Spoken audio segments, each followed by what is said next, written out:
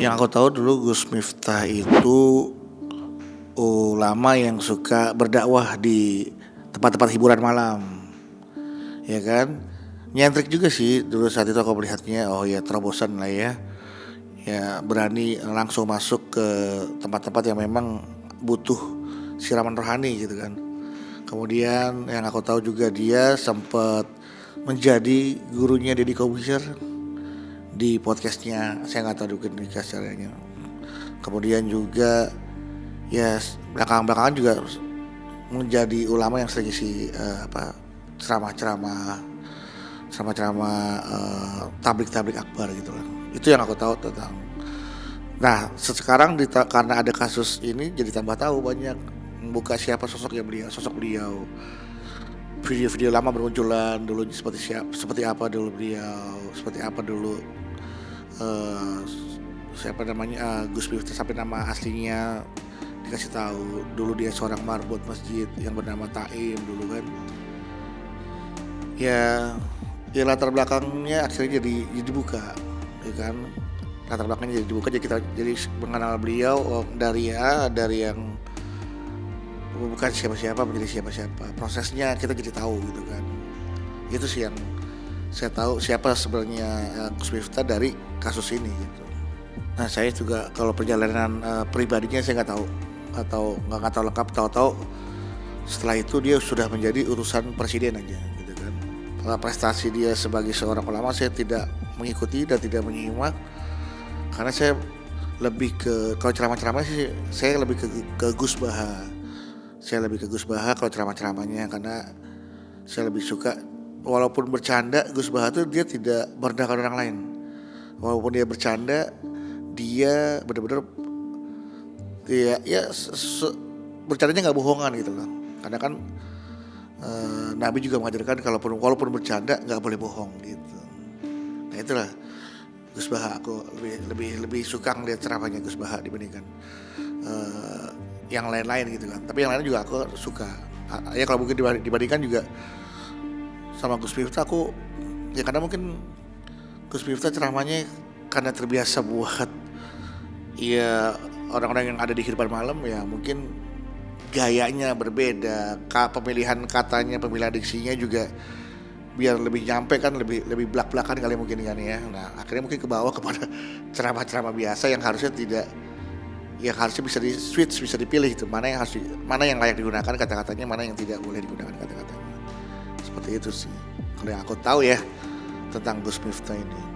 Sebenarnya gini, aku juga mau sedikit meluruskan ya. Sebenarnya juga bukan kapasitas aku berkomentar tentang kasus Gus Miftah ini, tapi aku pribadi menjadi pelajaran buat aku pribadi sebagai seorang public figure. Ketika aku nanti berbicara di depan umum, ya sebisa mungkin kalau mau bercanda, kadang-kadang aku sebagai MC juga suka ngajak penonton, ngajak audiens gitu kan. Nah ya itu jadi peringatan buat saya pribadi, jangan sampai merendahkan martabat derajat orang lain, ya kan. Kecuali ada persetujuan satu sama lain. Oke, nanti aku cari gini boleh, baik. Oke, nggak ada masalah. Itu karena ada persetujuan boleh kita lakukan. Tapi inilah yang menjadi pelajaran buat aku pribadi ketika aku belajar dari kejadian ini. Jangan sampai kita berbicara yang sifatnya merendahkan harkat derajat martabat orang lain, apalagi di hadapan orang banyak, ya kan. Mengkritik seseorang di depan orang banyak aja itu nggak boleh gitu kan. Bukan nggak boleh, itu adabnya ya. Kalau bisa jangan di depan orang banyak, itu sama aja mempermalukan dia kan. Tapi kalau bisa setelah selesai, setelah orang sepi, mas tadi kamu ini gitu ya. Tapi karena ini sudah menjadi viral ya, ruangan publik ini ya anggap saja ini menjadi koreksi atau peringatan atau ajakan untuk berbuat baiklah kepada semuanya. Dari pelajaran ini kita belajar bahwa jangan sekali-sekali merendahkan harkat derajat martabat orang lain ya dengan kata-kata ya, salah satunya adalah menggoblok-goblokkan orang lain gitu. Apalagi yang digoblokin kan orang yang sedang mencari nafkah katanya, ya kan, penjual es teh, penjual air mineral, yang memang benar-benar lagi mencari uang buat kehidupan dia pribadi, untuk menyambung kehidupannya dia. Nah itu sangat, aku juga ngeliat videonya sangat sedih sih, sedih banget, sangat disayangkan itu bisa terjadi. Nah, apalagi posisi dia sebagai pemuka agama, kemudian utusan khusus presiden bidang toleransi beragama, ya kan.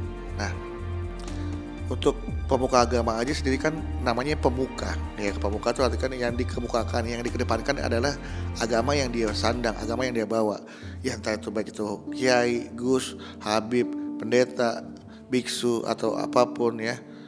Ketika dia dinobatkan, disematkan sebagai pemuka agama, dia harus sadar betul tanggung jawab dia bahwa bahwa pribadi dia merupakan representasi agama yang dia bawa sebagai seorang pemuka agama.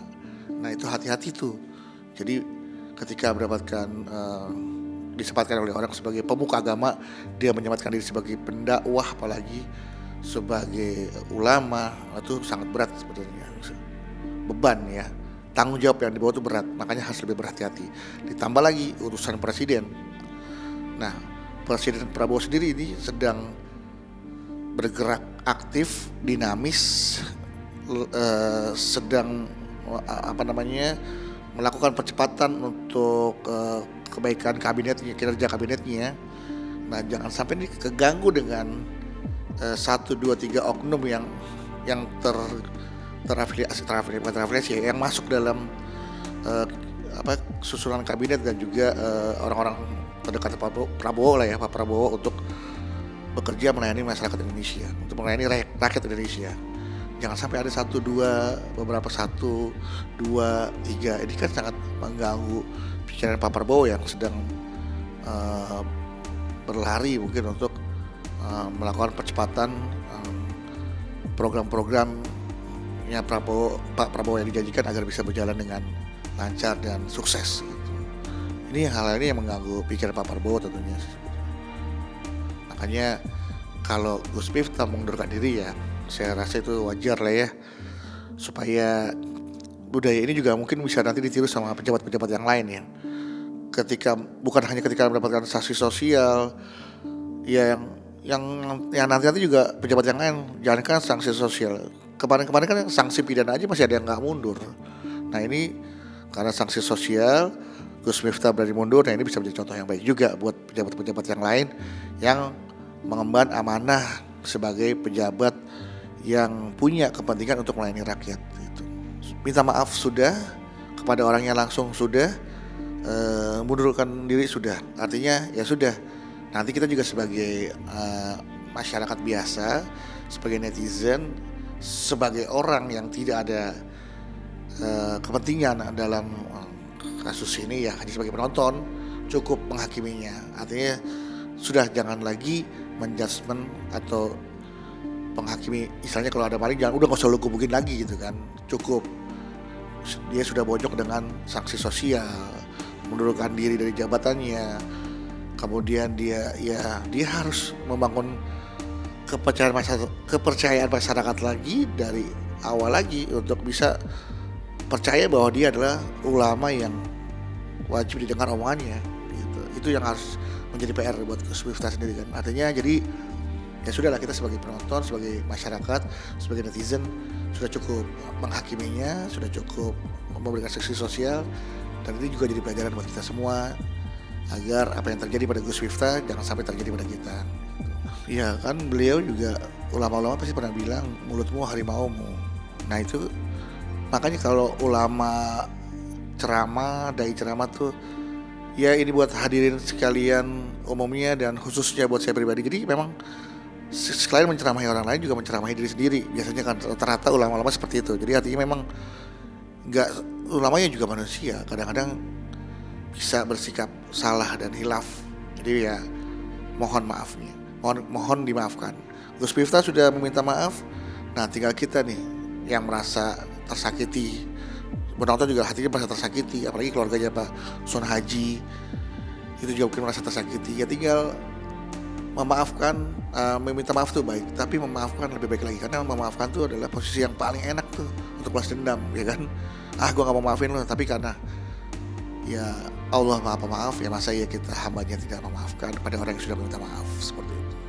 Ya itu tadi mungkin Pak Prabowo ingin konsentrasi bekerja menjalankan program-programnya tanpa diganggu oleh eh, oleh masalah-masalah yang bisa menjadi hambatan kinerja kabinetnya, kinerja Pak Prabowo sebagai presiden gitu kan. Nah ini kan walaupun ya mungkin buat sebagian orang ini masalah kecil, tapi kan ini sudah menjadi perhatian besar, justru menyita cukup besar perhatian bangsa kita nih, penonton kita, masyarakat kita melihat ini sebagai sebuah masalah besar yang nggak cukup selesai 1, 2, 3 hari, artinya ya sudah. Jadi jangan lupa untuk subscribe Cumi Cumi. Ditekan ya tombol lonceng merahnya.